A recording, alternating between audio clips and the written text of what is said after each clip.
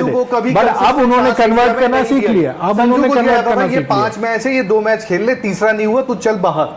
संजू को अब थोड़ा मौका जब मिला है तो उसने बोला है कि हाँ ठीक है, मुझ पे भरोसा मैं दूंगा। वो ठीक है बात, आपकी सब रन बनाने के बाद ही वो भरोसा आया है यार इंडिया में। नहीं तो फिर बहुत विकेट कीपर को इंडिया में हाथ रख के बोला गया ओपन भी कर लो, और बहुत मौके दिए गए ऊपर से 1 से लेके 6 तक, यहाँ टहलो।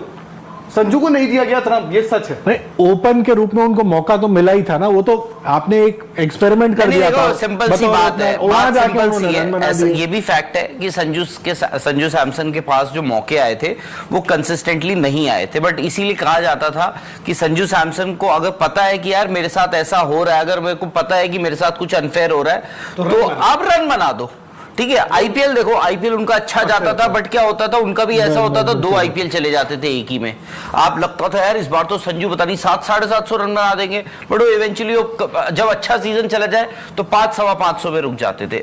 बट जो भी है, आई थिंक एक चीज संजू सैमसन के बारे में आप ये कह सकते हो जो हम केएल राहुल के बारे में कहते थे कि यार पोटेंशियल है, पोटेंशियल है, पोटेंशियल है। अनफॉर्चुनेटली संजू सैमसन के लिए डिस्पाइट द फैक्ट कि कोई भी बात कर ले उसके बहुत पोटेंशियल है, उनको उस हिसाब से मौके नहीं मिले।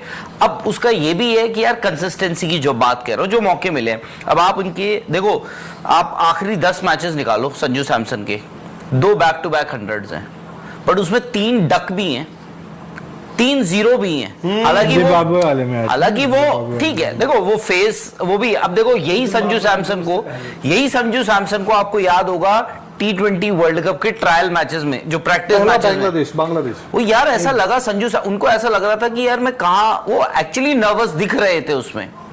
और अभी इम्तिहान, आई होप, देखो अगला T20 वर्ल्ड कप बहुत आगे नहीं है, अगले 2 साल में 2026 में इंडिया में ही होना है, 1.5 साल इंडिया में ही होना है, 1.25 साल। तो संजू सैमसन आई थिंक ठीक है। शुभमन गिल को मैं आज डिस्कार्ड बिल्कुल भी नहीं करूंगा, ये नहीं कि आज संजू सैमसन ने 100 मारा है इसलिए मैं कहूं कि भाई, I think let's be fair, अगर संजू सैमसन डिजर्व करते हैं तो आप संजू सैमसन को खिलाओ।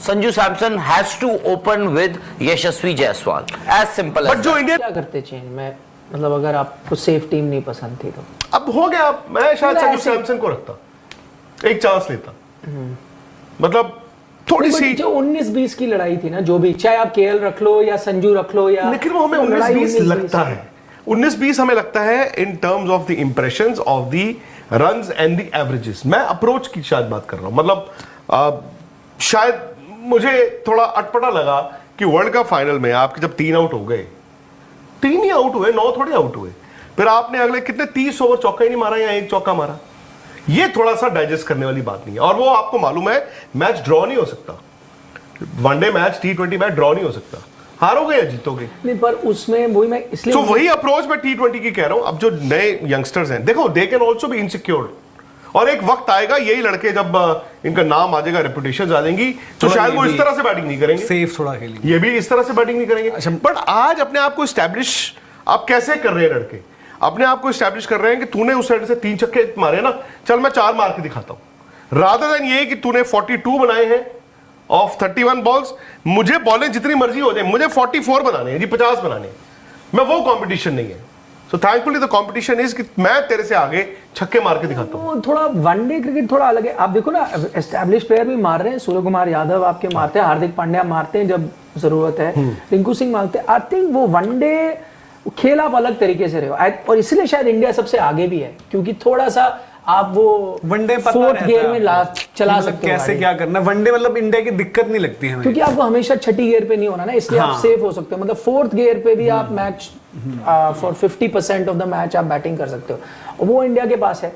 मतलब मैं भी सोच रहा था अगर वो टीम में चेंज करता, क्या करता, संजू भी, चलो फर्ज करता मैं संजू को ले आता तो, या पंत को बाहर करता, या और वो केएल को बाहर करना मुश्किल होता है जो उनका, नहीं आप करते तो माइनर चेंज मुझे लगा कि मतलब संजू भी शायद, संजू सैमसन एक ही सूरत में आ सकते थे कि ऋषभ पंत बाहर जाते, बट क्या ऋषभ पंत को बाहर करना वाजिब होता, प्लस वो एक लौते आपके लेफ्ट हैंडर भी होंगे उस, अगर वो 11 if he makes it to the 11, तो संजू सैमसन का ठीक है मतलब, बट केएल राहुल को आप क्या बोल के बाहर करोगे? केएल तो आपके नंबर 1 विकेट की, एग्जैक्टली, उनको तो मुश्किल था बाहर करना, और लोग थोड़े फॉर्मेट कंफ्यूज कर जाते हैं वनडे में तो।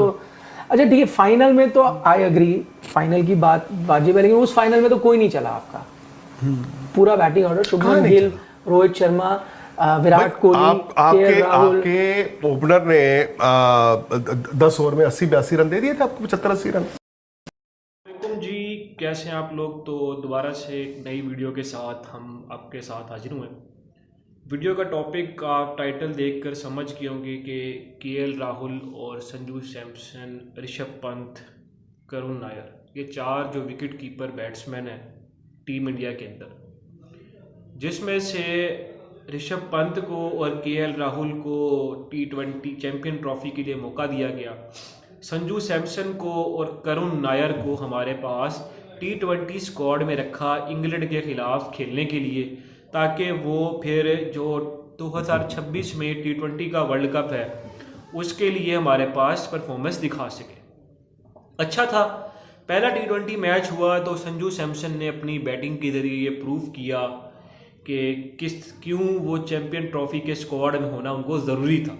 ऋषभ पंत की और केएल राहुल की ख़राब परफॉर्मेंस बीजीटी में आप देख कर आ चुके हैं, उसके बावजूद भी उन्हें चैंपियन ट्रॉफी के स्क्वाड में रखना, ये तो या तो किसी की सिफारिश लगती है या फिर वो दोस्ती यारी वाला कल्चर जो पाकिस्तान टीम में पाया जाता है। वो रोहित शर्मा शुभमन गिल को पसंद करते हैं या ऋषभ पंत को पसंद करते हैं, गौतम गंभीर हमारे पास केएल राहुल को पसंद करते हैं, वो उनकी फ्रेंचाइज के कप्तान भी रह चुके। उधर पीएसएल की बात, अगर आईपीएल की बात करें, एलएसजी के ओनर भी थे, वो हेड कोच थे। तो ये हमारे पास कुछ ना कंडीशंस थी। लेकिन अब ऋषभ पंत का क्या कसूर है? ऋषभ पंत की लास्ट 10 इनिंग देखें तो उनकी 2 सेंचुरी हैं, लेकिन कुछ लोग ये भूल जाते हैं कि उन 2 सेंचुरियों के बाद उनके 3 डक भी हैं लगातार। तो संजू सैमसन के लिए जो बेहतर है वो कर रहे हैं। अब संजू सैमसन का डेब्यू जो था वो ऋषभ पंत से कई साल पहले हो चुका था, लेकिन अब हमारे पास ऋषभ पंत को मौका मिलना, संजू को मौका ना मिलना, ये अब हमारे पास ना एक बहुत ही परेशानी की बात है। संजू सैमसन आपको पता है आईपीएल के किस तरह से वो राजस्थान रॉयल्स के कप्तान है और वो आईपीएल में 500 550 रन तो बनाते ही हैं, ये उनकी एवरेज है। तो संजू को अगर अपने आप को प्रूव करना है तो उन्हें कंसिस्टेंट होना पड़ेगा। अगर वो अपने अंदर कंसिस्टेंसी लाते हैं, 5 मैचेस के अंदर, 4 मैचेस के अंदर अगर वो फिनिश करके आते हैं मैच या ऐसी बारी खेल देते हैं कि जो उनकी टीम की नैया पार लगा देगी, तो क्यों नहीं संजू सैमसन टीम में होंगे। संजू सैमसन के फादर का भी इंटरव्यू लास्ट दिनों में हमने सुना था, तो उसमें भी वो यही कह रहे थे कि हमें ये गिला नहीं है कि संजू सैमसन को मौका नहीं मिल रहा, बाकी खिलाड़ी, हम चाहते हैं कि चैंपियन ट्रॉफी जो है इंडिया जीते, उसको इधर इंडिया में अमृतसर में लाए।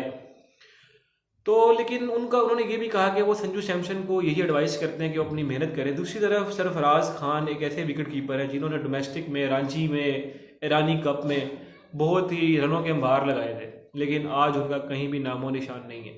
वो इस वजह से नहीं है कि उन्हें मौका नहीं दिया जा रहा, बीजीटी में उन्हें मौका नहीं दिया गया। इससे पहले न्यूजीलैंड के खिलाफ सीरीज़ थी, उन्होंने बहुत ही अच्छी परफॉर्मेंस दिखाई।